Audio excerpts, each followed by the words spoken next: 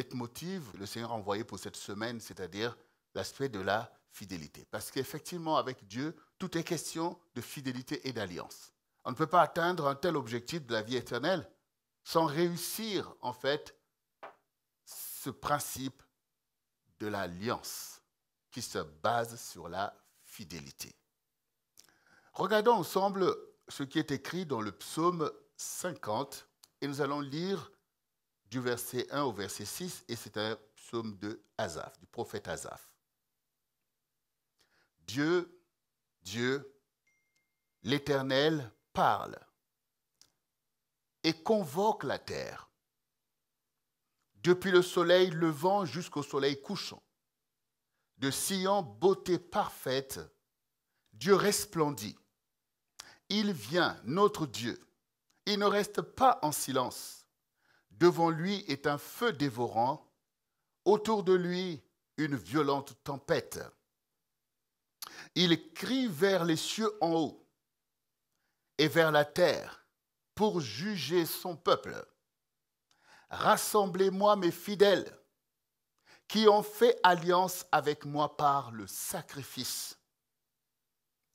Et les cieux publieront sa justice, car c'est Dieu qui est juge. Bien-aimé, ce psaume, ici déclaré par le prophète Asaph, qui est le conducteur de la louange du peuple de Dieu, comme nous le savons, atteste ici que Dieu ne reste pas dans son ciel de gloire, les bras croisés vis-à-vis de ce qui se passe sur la terre. Dieu est loin d'être indifférent de ce qui se passe sur la terre. Il a lui-même créé la terre, formé la terre avec ses productions pour se révéler. C'est à cet effet qu'il a conçu l'homme et l'a formé au creuset de la terre pour qu'il soit son témoin. Et rappelez-nous aussi ce que Jésus a dit à ses propres disciples. Vous êtes mes témoins. Autrement dit, Adam et Ève avaient été aussi créés pour être les témoins de Dieu. Et nous allons le comprendre au fur et à mesure que nous allons avancer. Et nous savons que le monde s'est corrompu, s'est fourvoyé dans l'infidélité, dans l'idolâtrie et dans toutes sortes de comportements abominables aux yeux du Dieu saint. Mais Dieu qui est puissant pour œuvrer, après que Adam et Ève ont été ainsi déchus de leur position par l'intrusion de la séduction du diable dans leurs pensées et dans leurs agissements, Dieu néanmoins ne s'est pas détourné de l'homme pour le laisser périr loin de sa face. Il a au contraire envoyé sa parole très tôt pour révéler à l'homme la voie qu'il doit suivre pour sa restauration, pour revenir de la position qu'il a perdue. Et donc nous voyons au travers des générations Dieu se révéler, Dieu interpeller l'homme et même sanctionner les actions mauvaises de l'homme jusqu'au déluge, à la destruction du premier monde. Et Dieu, qui poursuit toujours son objectif, fait échapper Noé et sa famille pour repeupler la terre. Et nous voyons au travers de ça que Dieu poursuit un objectif. Dieu cherche et il appelle un peuple fidèle pour poursuivre tout simplement son objectif initial, en fait. C'est-à-dire de pouvoir communier avec l'homme sur la terre pour révéler sa propre gloire. Et ici, le prophète nous dit combien le Seigneur descend et qu'il est puissant. Dieu crie, Dieu parle à la terre, tout simplement pour dire « Rassemblez-moi mes fidèles ». Dieu travaille avec puissance et donc il y a des personnes qui reçoivent, comme Abraham, la révélation du vrai Dieu, pour le connaître et pour savoir qu'il mérite un culte sincère et donc qui se disposent pour vivre pour Dieu. C'est ce qu'Abraham a fait. Abraham habitait dans la maison de son père et avec sa famille était aussi dans l'idolâtrie. Parce que le diable a emmené effectivement le détournement de la louange du Seigneur, le détournement de l'adoration. Et pour ça, il a besoin de peupler des idoles, afin que la mesure de foi que Dieu a donnée à tout homme puisse se fourvoyer dans la fausseté, dans le néant. Donc le travail, la puissance de Satan, c'est de créer des idoles, de détourner ainsi l'attention que Dieu mérite en fait, de créer un fossé. C'est ça son objectif. Il veut la perte de l'humanité. Et il sait combien l'idolâtrie est grave. Il sait que Dieu n'accepte pas ces choses. Alors, en séduisant l'homme, en lui faisant croire qu'il peut s'attacher à tout et à n'importe quoi et mettre tout son dévolu, c'est-à-dire l'adoration, dans des choses vaines, ainsi il veut détourner l'humanité de Dieu. Donc ici, le Seigneur qui sait parler au cœur de l'homme comme il a su parler à Abraham, sait que sur la terre, il y a des hommes et des femmes bénis qui discernent l'œuvre du vrai Dieu et qui s'y attachent de tout leur cœur. Comme d'ailleurs la loi qui a été donnée aux enfants d'Israël nous rappelle, tu aimeras l'Éternel, ton Dieu, de tout ton cœur, de toute ton âme, de toute ta pensée, de toute ta force, et que tu n'auras pas d'autre Dieu devant le Seigneur. Et nous savons combien, même les enfants d'Israël, beaucoup se sont laissés piéger par cet attrait à des choses vaines, des choses que l'on voit, et se détourner du vrai Dieu.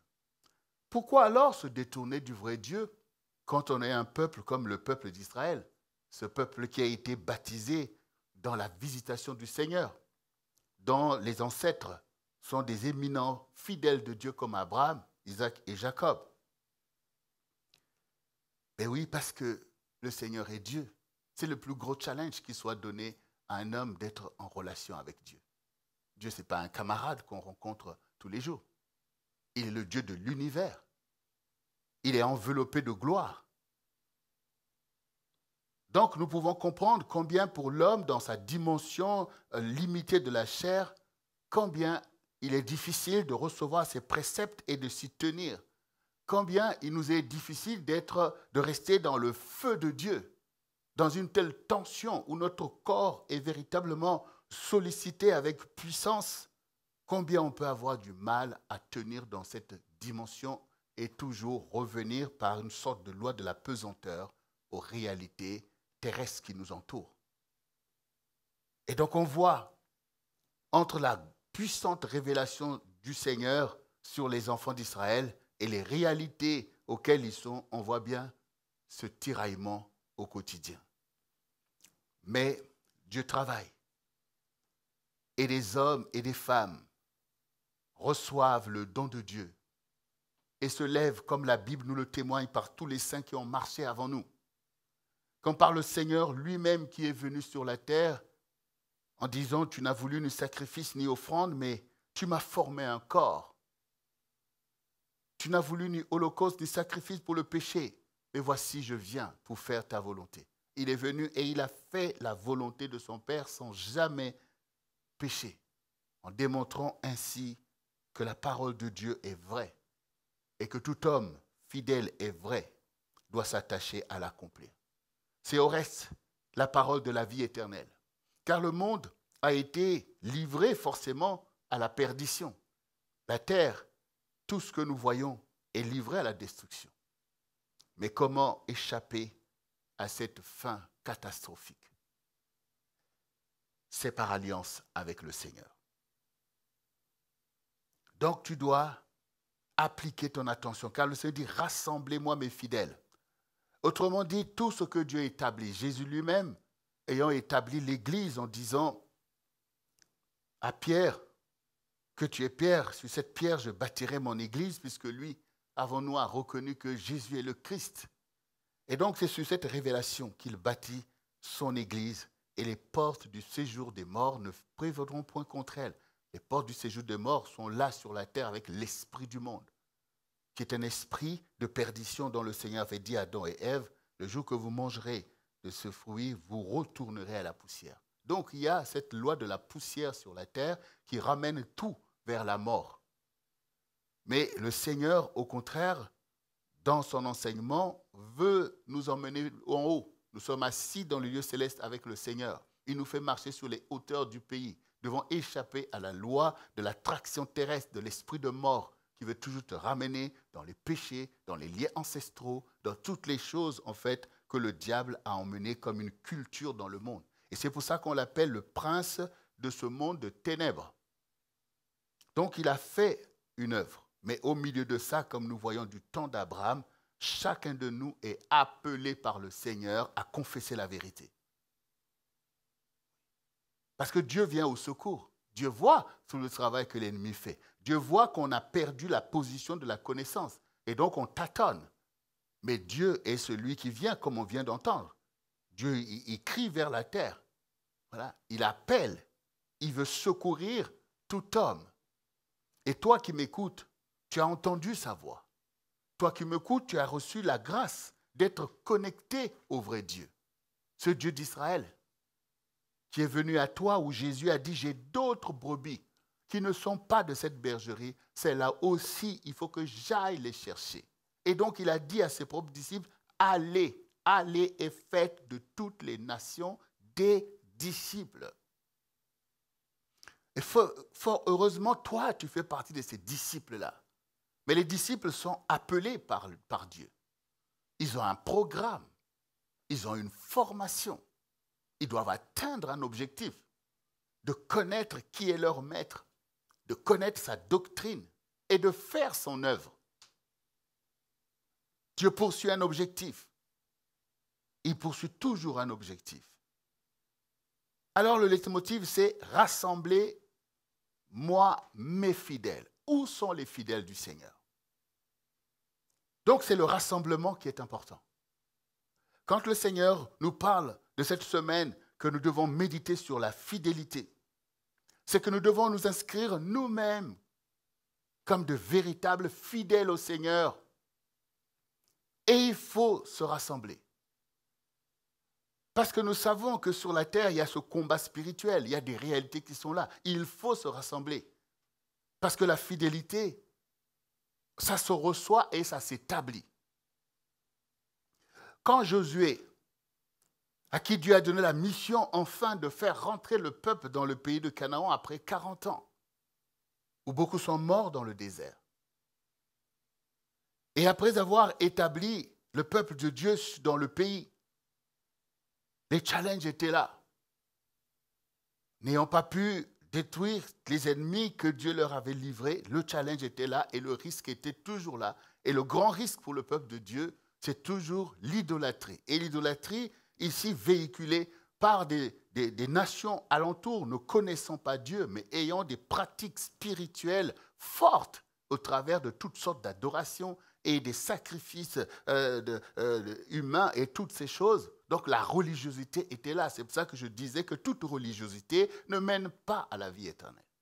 Donc tu ne dois pas toi-même déjà être impressionné par ta propre religiosité, mais c'est la connaissance de la vérité qui va te permettre de faire le choix de la vérité et donc accéder à l'héritage de la vie que tu discernes au travers de la vérité. Car pour arriver quelque part, il faut en connaître le chemin. Pour rentrer quelque part, il faut bien que quelqu'un t'ouvre. Voyez? Donc c'est ça qui est ici important. Et si toi qui m'écoutes, tu es un fidèle du Seigneur, comme nous voyons dans la Bible quand Paul s'est retrouvé dans une ville en train de prêcher l'évangile et baptiser les fidèles qui étaient là, il y avait une femme qui était en train d'écouter. Elle était en train d'écouter. Elle a été touchée par ce message, par tous ces témoignages. Et elle voyait bien que ces serviteurs-là avaient mis leur vie pour cette cause qu'ils étaient en train de défendre, que ils étaient là, ça et là, ils étaient des étrangers, et souvent dans des situations inconfortables. Donc cette femme a vu toutes ces choses. Alors il a dit à Paul et à Silas et à leurs amis que si vous me trouvez fidèle au Seigneur, rentrez dans ma maison. Qu'est-ce que l'on peut comprendre au travers d'une telle situation? Voici une femme qui écoute pour la première fois le message de Jésus.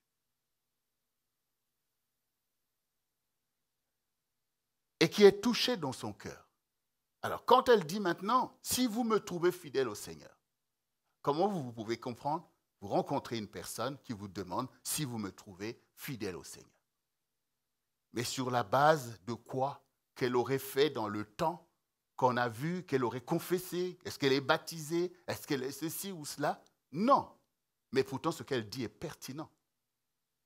Puisque si vous parlez par l'Esprit, et que Dieu sait toutes choses, qu'il sonde les cœurs et les reins, donc vous pouvez savoir si maintenant même que j'ai été touché et que je reçois dans mon cœur de vous aider, de vous faire rentrer dans ma maison, donc vous pouvez savoir si je suis fidèle au Seigneur, si ma démarche est fidèle, si mon engagement est fidèle.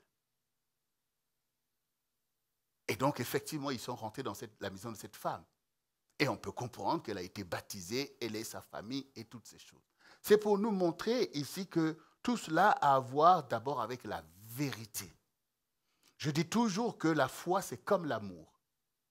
Quand un homme rencontre une femme, plus tard, ils vont raconter l'histoire. Mais en réalité, dès la première rencontre, il y a quelque chose qui se passe. Quelque chose qui peut prendre peut-être du temps à s'établir, mais cette chose-là est là. Elle est une révélation, une conviction intime qu'on peut poursuivre ce chemin. La foi, c'est la même chose. La fidélité, c'est la même chose. On entend plein de choses. Mais quand tu entends la parole de vérité, elle s'inscrit dans ton cœur, dans ton esprit, comme une évidence de vérité. Après, c'est à toi de voir si toi-même tu aimes la vérité. Si toi-même tu veux agir dans la vérité. Ou alors si toi aussi tu es dans la duplicité. Un coup tu vas voir c'était bien. Un coup, oh non. Mais pour les fidèles, ce que Dieu s'est acquis lui-même avant. Tu sais toi-même que je suis un fidèle du Seigneur comme cette femme. Si vous me trouvez fidèle au Seigneur, rentrez dans ma maison. Donc ce qui importe pour nous, qui sommes là au centre du réveil chrétien, et pour tous ceux à qui ce ministère est destiné, c'est cette fidélité-là qui doit créer un puissant rassemblement. On se rassemble. Parce que dès lors qu'on identifie qu'on est un fidèle du Seigneur, qu'on est une brebis, qu'on n'a rien à voir avec tout ce qui se passe autour de nous, il faut se rassembler. Rassemblez-moi mes fidèles. Parce que Dieu juge, Dieu a une œuvre à faire. Les fidèles sont importants pour le Seigneur. Dieu veut un peuple fidèle. Et ce peuple, il est formé par des fidèles qui entendent la voix du Seigneur et qui veulent y marcher. Donc nous nous attachons au Seigneur. Le Saint-Esprit a été envoyé pour nous rassembler. Et nous nous rassemblons effectivement dans des ministères parce qu'il faut apprendre la doctrine. Aimer le Seigneur, s'attacher au Seigneur comme cette femme, c'est ça déjà la base. Mais déployer les vocations, les appels, les ministères pour faire l'œuvre du Seigneur nécessite effectivement ce rassemblement pour être fort, pour être équipé, pour poursuivre fidèlement l'œuvre du Seigneur sur la terre. On est sauvé par le Seigneur, par sa puissance, par son sacrifice, et nous devenons des disciples, et tout disciple accompli est comme son maître, et nous faisons l'œuvre du Seigneur pour atteindre les objectifs que Dieu s'est assignés sur la terre, pour vaincre tous ses ennemis et faire triompher la vérité. Donc, bien-aimés, c'est important pour nous que cette semaine, que tu puisses réaliser tout ce que tu entends, que Dieu agit, que Dieu m'appelle, que Dieu appelle son œuvre, que Dieu appelle le centre du réveil chrétien à agir, parce que Dieu est le maître des temps et des circonstances, que ce sont des temps ultimes pour le salut par l'évangile de Jésus-Christ, car il y a des temps qui arrivent, comme disait le Seigneur, il faut qu'on travaille pendant qu'il se fait jour, car la nuit vient où personne ne pourra travailler. C'est maintenant. C'est maintenant que la lumière de la vérité doit briller pour atteindre l'objectif ultime de notre quête, de notre engagement sur la terre, la vie éternelle. Si nous adressons au Seigneur un culte qui lui est agréable et que cela est pour nous-mêmes une grande joie d'être là dans sa présence pour le louer, mais ces choses ne doivent pas se terminer tragiquement un jour et puis se retrouver dans les ténèbres. Non, on doit au contraire le louer de toute éternité. Nous avançons par le zèle de la foi et de la fidélité, mais nous savons que toute chose sera parfaite quand il paraîtra. On ne peut pas rater un tel rendez-vous. Ou comme disait Paul lui-même, pour avoir couru en vain. Donc on doit garder les yeux sur l'objectif, ton objectif à atteindre. La foi, c'est comme, je le dis souvent, tout le monde, on est allé à l'école, tout le monde n'a pas eu les mêmes diplômes. Sois attentif. Dieu nous rassemble. Nous sommes ses disciples, nous sommes son corps. Et nous devons nous tenir fidèles au Seigneur et fidèles les uns avec les autres.